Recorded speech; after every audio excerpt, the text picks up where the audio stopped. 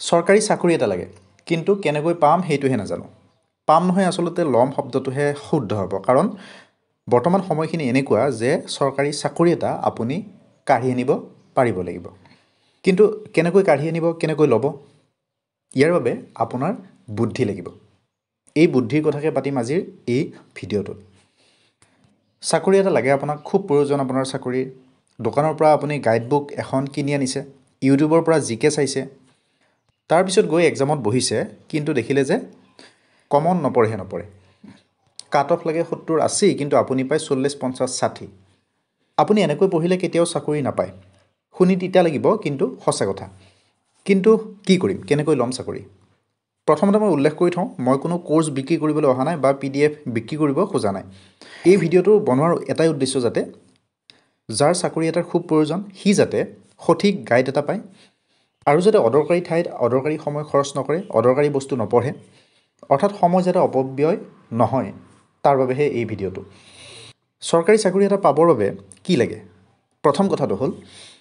একুৰা জুই লাগিব অৰ্থাৎ মনৰ মাজত একুৰা জুই লগাই ল'ব লাগিব অৰ্থাৎ সেই চাকৰিৰ ভোক এটা লাগিব মনত এটা জোৰ থাকিব লাগিব যে যিকোনো কষ্টৰ বিনিময়ত সেই চাকৰিটো ল'মেই আটাইতকৈ দৰকাৰী বস্তুটো হ'ল সেই ভোকটো যদি মনৰ ভিতৰত থাকে তেতিয়াহ'লে কোনেও আপোনাক ৰখাব নোৱাৰে তাৰ পিছতহে বাকীবোৰ আহিব দিনটো ভাত নাখালে যেনেকৈ দেহে কাম কৰিবলৈ এৰি দিয়ে ভোকত যদি কোনোবা এটা দিন কিবা কাৰণত আপুনি নপঢ়ে তেনেহ'লে এটা ডাঙৰ লছ হৈ গ'ল বুলি মনত এটা ভাব আহিব লাগিব অটোমেটিক্যালি কিন্তু সেইটো আনিব কেনেকৈ সেইটো অনাটো সম্পূৰ্ণ নিজৰ কথা নিজৰ ঘৰৰ সমস্যাৰ কথা মনত পেলাব পাৰে অথবা আনৰ সফলতাৰ কাহিনী শুনি উৎসাহিত হ'ব পাৰে মটিভেশ্যনেল ভিডিঅ'সমূহ চাব পাৰে বা মা দেউতাৰ সেই আশা ভৰা মুখখন মনত পেলাব পাৰে প্ৰথমতে মুঠতে যিকোনো প্ৰকাৰে সেই মনৰ জুইকুৰা আনি ল'ব লাগিব ইয়াৰ পিছত আহিব কি পঢ়িম কি নপঢ়িম কি পঢ়িম কেনেকৈ পঢ়িম এই কথাখিনি দুটা ভাগত ভাগ কৰি ল'ম যিসকলে এতিয়ালৈ একোৱেই প্ৰিপাৰেশ্যন কৰা নাই মাত্ৰ কোৰ্সৰ কিতাপসমূহ পঢ়ি আছে অতদিনে তেওঁলোকে কি কৰিব আৰু যিসকলে বেছিকখিনি ইতিমধ্যে ক্লিয়াৰ কৰি থৈ দিছে তেওঁলোকে কি কৰিব প্ৰথমতে আহিছোঁ যিসকলে কম্পিটিটিভ এক্সামৰ বাবে এতিয়ালৈ একোৱে পঢ়া নাই তেওঁলোকে প্ৰথম কাম এটা কৰিব কিতাপ কেইখনমান গোটাই ল'ব প্ৰথম এখন ল'ব এই জানেনে খনকেই ল'ব পাৰে এফালৰ পৰা পঢ়ি যাব দৰকাৰীখিনি চিন দি গৈ থাকিব নেক্সট কি কৰিব ক্লাছ 5ৰ পৰা ক্লাছ 10লৈ সেবা বা CBSEৰ ছ'চিয়েল সায়েন্স মেথছ আৰু লগতে সায়েন্সৰ কিতাপখিনি গোটাই ল'ব এমাহমানৰ ভিতৰত আটাইখিনি খুটি নেতি মাৰি পঢ়ি শেষ কৰিব মনত ৰাখিব বুজি ল'ব আৰু যদি পঢ়িবলৈ মন বহা নাই তাৰো উপায় মই দিম ভিডিঅ'টোৰ আগলৈ যদি 6 মাহ এবছৰৰ কাৰোবাৰ গ্যাপ হৈছে বা তাতকৈ বেছি গ্যাপ হৈছে পঢ়াত মন নবহাটো স্বাভাৱিক কথা তেতিয়া কি কৰিব অন্তত 4-5 দিন টেবুলত এনেই বহি থাকিব সন্মুখত কিতাপখন খুলি লৈ অন্তত দিনত 5 বা 6 ঘণ্টা বহিব পঢ়া হওক বা নহওক মাত্ৰ বহি থাকিব 4 দিনমান পিছত দেখিব অকণমান নিজেই মন গৈছে পঢ়িবলৈ সেইখিনি সময়ত মোবাইলটো কি কৰিব নিজৰ পৰা অকণমান দূৰত থৈ দিব যাতে হাতেৰে ঠুকি নাপায় এতিয়ালৈ কি হ'ল জানেনেখন হ'ল ক্লাছ 5ৰ পৰা ক্লাছ 10লৈ কিতাপখিনি হ'ল সেই ক্লাছৰ মেথছবোৰ যদি পাহৰিছে বা টান পাইছে তেনেহ'লে ইউটিউবটো উলিয়াই ল'ব টপিক ওয়াইজ আপুনি ইউটিউবত সাৰ্চ কৰি দিব ওলাই যাব সেইখিনি শিকি ল'ব তেনেকৈ কাৰণ ক্লাছত পঢ়াৰ দিনত আপুনি এবাৰ পঢ়িয়ে আহিছে হয় কিছু খুটি নাতি ৰৈ গৈছে বা কিছুমান পাঠ এৰি আহিছে সেইবাবে সেই খুটি নাতিবোৰ মাৰি ল'ব এইখিনি সময়তে এবাৰ আহিম ইংলিছ কি পঢ়িব কাৰণ ইংলিছ আহিব জিকে আহিব কাৰেণ্ট এফেয়াৰ্ছ আহিব ৰিজনিং আহিব হিষ্ট্ৰী জিঅ'গ্ৰাফি পলিটি সকলো আহিব মই ধৰি লৈছোঁ আপুনি টেন্স অকণমান জানে যদি পাহৰিছে খুটি নাতিবোৰ মাৰি ল'ব ইউটিউবত সাৰ্চ কৰি টেন্স বুলি সাৰ্চ কৰিব সাবজেক্ট ভাৰ্ব এগ্ৰিমেণ্টখিনি চাই ল'ব কোন সাবজেক্টৰ লগত কি ভাৰ্ব বহে লগতে article preposition question tag voice narration এইখিনি বস্তু আকৌ এবাৰ আপোনালোকে মনত পেলাই ল'ব কোনো পেইড কোৰ্স ল'বলৈ দৰকাৰ নাই ইউটিউবত ভাল ভাল ভিডিঅ' আছে ফ্ৰীতে পঢ়িব প্ৰতিটো সাবজেক্টৰে কি কি কিতাপ পঢ়িব হেয়া বাৰু আগলৈ উল্লেখ কৰিম আপুনি যদি এইখিনি পঢ়ে তেনেহ'লে বেছিকখিনি ক্লিয়াৰ হ'ব অৰ্থাৎ আপোনাৰ ভেটি এটা নিৰ্মাণ হ'ব সেই ভেটিৰ ওপৰত আমি এতিয়া বিল্ডিং বনাম অৰ্থাৎ ধৰি লওক যদি 1 লাখে চাকৰিত এপ্লাই কৰিছে 1 লাখে যদি এক্সাম দিছে তেনেহ'লে আপুনি 10,000ৰ ভিতৰত ইতিমধ্যে আহি গৈছে কিন্তু পোষ্ট আছে 1,000 বা 2,000 তাৰ ভিতৰত সোমাব লাগিব যিসকলৰ এতিয়ালৈ বহুখিনি প্ৰিপাৰেশ্যন হৈ আছে তেওঁলোকেও এইবাৰ মন দি শুনিব প্ৰথম আহিছোঁ আমি জিকে ক'ৰ পৰা পঢ়িব আপুনি লুচেণ্টৰ এইখন কিতাপ কিনি ল'ব অতি কম দাম ইয়াত ইংৰাজীত আছে যদিও বৰ সহজকৈ আছে আৰু চিৰিয়েলি আছে প্ৰথমতে আছে ইণ্ডিয়ান হিষ্ট্ৰী এইখিনি ইণ্ডিয়ান হিষ্ট্ৰীখিনি ভালকৈ পঢ়িব ইয়াৰ পৰা চিৰিয়েলি আছে কেনেকৈ পঢ়িব প্ৰথমতে এবাৰ পঢ়ি যাব তলত চিন দিব দৰকাৰীবোৰ সেইবোৰ ৰিভিজন দিব অন্ততঃ 5-6 বাৰ বা তাতকৈও বেছিকৈ ৰিভিজন দিব এটা চাকৰিৰ বাবে আপুনিতো এইখিনি অন্ততঃ কষ্ট কৰিব পাৰিব যদি কথাবোৰ মনত নৰয় তাৰো উপায় দি আছোঁ তাৰ আগতে চাওক ইয়াত আৰু কি পঢ়িম ইয়াত পলিটি পাৰ্টটো বৰ ধুনীয়াকৈ আছে আৰু জিঅ'গ্ৰাফিখিনিও ইয়াত আমি সুন্দৰকৈ পঢ়িব পাৰিম বৰ ধুনীয়াকৈ পৰিপাটিকৈ আছে তাৰপিছত বাকীবোৰ দৰকাৰ নাই ৱৰ্ল্ড জিঅ'গ্ৰাফিটো অকণমান চাব পাৰে ইয়াৰ পৰা আৰু লাষ্টৰ যিটো চেপ্টাৰ আছে সেইটো ইয়াতে চাব বৰ সুন্দৰকৈ আছে লুচেণ্টৰ পৰা এইখিনি চালেই হৈ যাব নেক্সট কি কৰিব মেপ কিনিব 3খন এখন ৱৰ্ল্ডৰ মেপ এখন ইণ্ডিয়াৰ মেপ আৰু এখন অসমৰ মেপ বা নৰ্থ ইষ্টৰ মেপ আপুনি জিঅ'গ্ৰাফিখিনি যেতিয়া পঢ়িব তেতিয়া সেই মেপবোৰ উলিয়াই ল'ব আৰু ক'ত কি আছে সহজতে মনত ৰৈ যাব জিঅ'গ্ৰাফি পঢ়িবৰ বাবে মেপ একদম ইম্পৰ্টেণ্ট লগতে কি কৰিব ইউটিউবৰ মাৰাথন ভিডিঅ'বোৰ উলিয়াই ল'ব 3-4 ঘণ্টা বা 5 ঘণ্টাৰ যিবোৰ দীঘলীয়া ভিডিঅ' সেইবোৰ চাই গৈ থাকিব আপোনাৰ মক টেষ্টৰ দৰে হ'ব অৰ্থাৎ আপুনি গম পাব যে আপুনি কিমানখিনি পাৰা হৈছে কিমানখিনি পাৰা হোৱা নাই হিষ্ট্ৰীৰ ক্ষেত্ৰত কিন্তু চিৰিয়েলি পঢ়ি যাব ancient history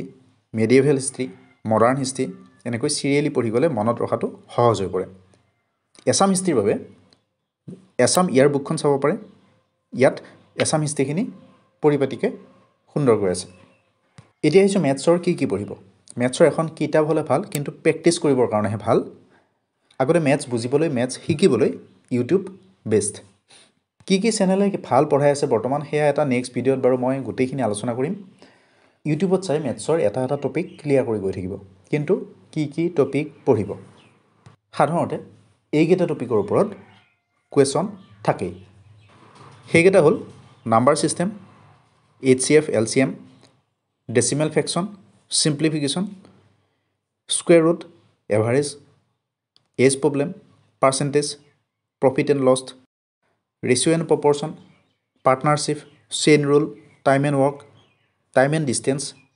problem on train boat and streams simple and compound interest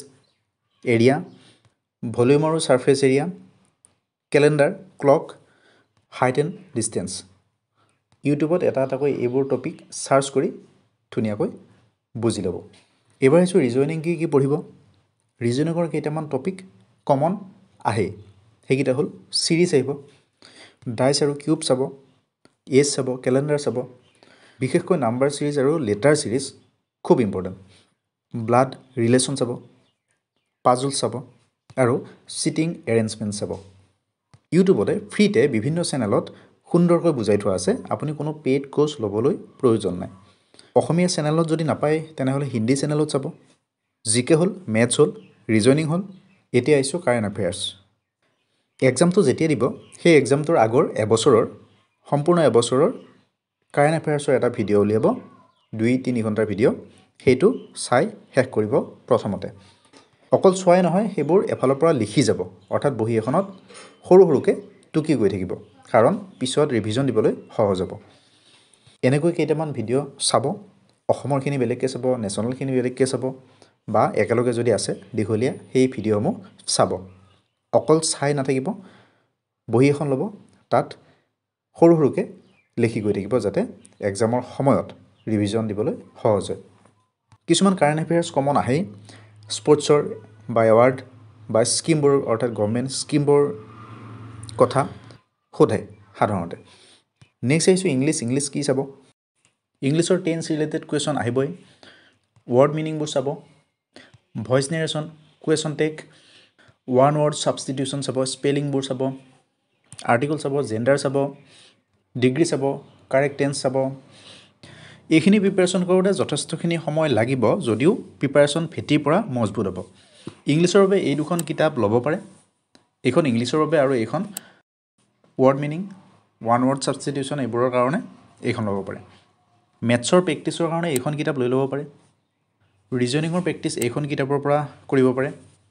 এয়া কোনো কিতাপৰ প্ৰমোশ্যন কৰা নাই, মই নিজে পঢ়ি ভাল পাইছিলোঁ বাবেই কৈছোঁ এইবোৰ কিতাপৰ কথা। এইখিনি প্ৰিপাৰেশ্যন কৰিলে আপুনি 1 লাখ কেণ্ডিডেটৰ মাজৰ পৰা 4-5 হাজাৰ কেণ্ডিডেটৰ মাজলৈ যে আহিব সেইটো নিশ্চিত থাকক। আৰু এইখিনিয়ে সঘনাই ৰিভিজন দি আৰু মনত ৰাখি আপুনি সেই 1000 বা 2000 পোষ্টৰ ভিতৰত সোমাব পাৰিব বা চাকৰিটো ল'ব পাৰিব। লগতে প্ৰিভিয়াছ ইয়েৰ কুৱেশ্যনবোৰ উলিয়াই ল'ব। ইউটিউবত চব আছে, ইউটিউবত পইচা এটকাও খৰচ কৰিব নালাগে। আগৰ কুৱেশ্যন পেপাৰবোৰ চালে গম পাই যে কোনটো এক্সামত কোনখিনি বস্তু অকণমান বেছিকৈ আহে। আটাইবোৰ এক্সামত এইখিনি বস্তু থাকিবই, কিন্তু তাৰ মাজৰ পৰাই কিছুমান এক্সামত কিছুমান বস্তু বেছিকৈ আহে, কিছুমান এক্সামত কম আহে। যেনেকৈ DHS বা DMEৰ এক্সাম হ'লে ছায়েন্সৰ বস্তুখিনি অকণমান বেছিকৈ আহে আৰু ইফালে অসম হিষ্ট্ৰী এনেকুৱা ধৰণৰ বস্তুবোৰ অকণমান কম আহে। এইখিনি প্ৰিপাৰেশ্যন হৈ গ'লে ইউটিউবত MCQ চাব। যিখিনি MCQ আপুনি নাজানে সেইখিনি টুকি গৈ থাকিব চুটিকৈ এখন বহীত। কাৰণ মাত্ৰ একবাৰ চালে কেতিয়াও আপোনাৰ এক্সাম সময়লৈ মনত নৰয়। অন্ততঃ আপুনি 6 বাৰ বা 7 বাৰ ৰিভিজন দিবই লাগিব। ইফালে মেথছ অকল চাই নাযাব, প্ৰেক্টিছ কৰিব, নহ'লে পৰীক্ষাৰ হলত আপুনি কেতিয়াও কৰিব নোৱাৰে। ইংলিছ ৱৰ্ড মিনিং চাব, দিনত অন্ততঃ 20টা হ'লেও চাব। এইখিনি কৰিব, তাৰপিছত দেখিব চাকৰি এটা আপোনাৰ হাতত। চাকৰি এটা পাবৰ বাবেতো আপুনি এইখিনি কষ্ট কৰিবই লাগিব। এই জীৱনটোত যে সৰুৰ পৰা কিমান এক্সাম দিছে, কিমান কষ্ট কৰিছে মাত্ৰ কেইটামান নাম্বাৰৰ বাবে। কিন্তু এইবাৰ এনেকুৱা এটা এক্সাম যিটো এক্সাম পাছ কৰিলে আপোনাৰ গোটেই জীৱনটো টকা পইচাৰ বাবে বৰ বেছি চিন্তা কৰি থাকিব নালাগে। গতিকে তেনেকুৱা এটা এক্সামৰ বাবে আপুনি এইখিনিতো কষ্ট কৰিব পাৰিব। তেনেহ'লে ধুনীয়াকৈ আৰম্ভ কৰক, পঢ়ক। নেক্সট এটা ভিডিঅ' লৈ অহাৰ চেষ্টা কৰিম। কোনবোৰ চেনেলে বৰ্তমান কোনটো ছাবজেক্ট ভাল পঢ়াই আছে সেইখিনি কথা উল্লেখ কৰি এটা ভিডিঅ'ত কভাৰ কৰিবলৈ চাম। যদি ভিডিঅ'টো ভাল পালে তেনেহ'লে লাইক কৰিব, শ্বেয়াৰ কৰিব, লগতে এই চেনেলটো ছাবস্ক্ৰাইব কৰি থৈ দিব।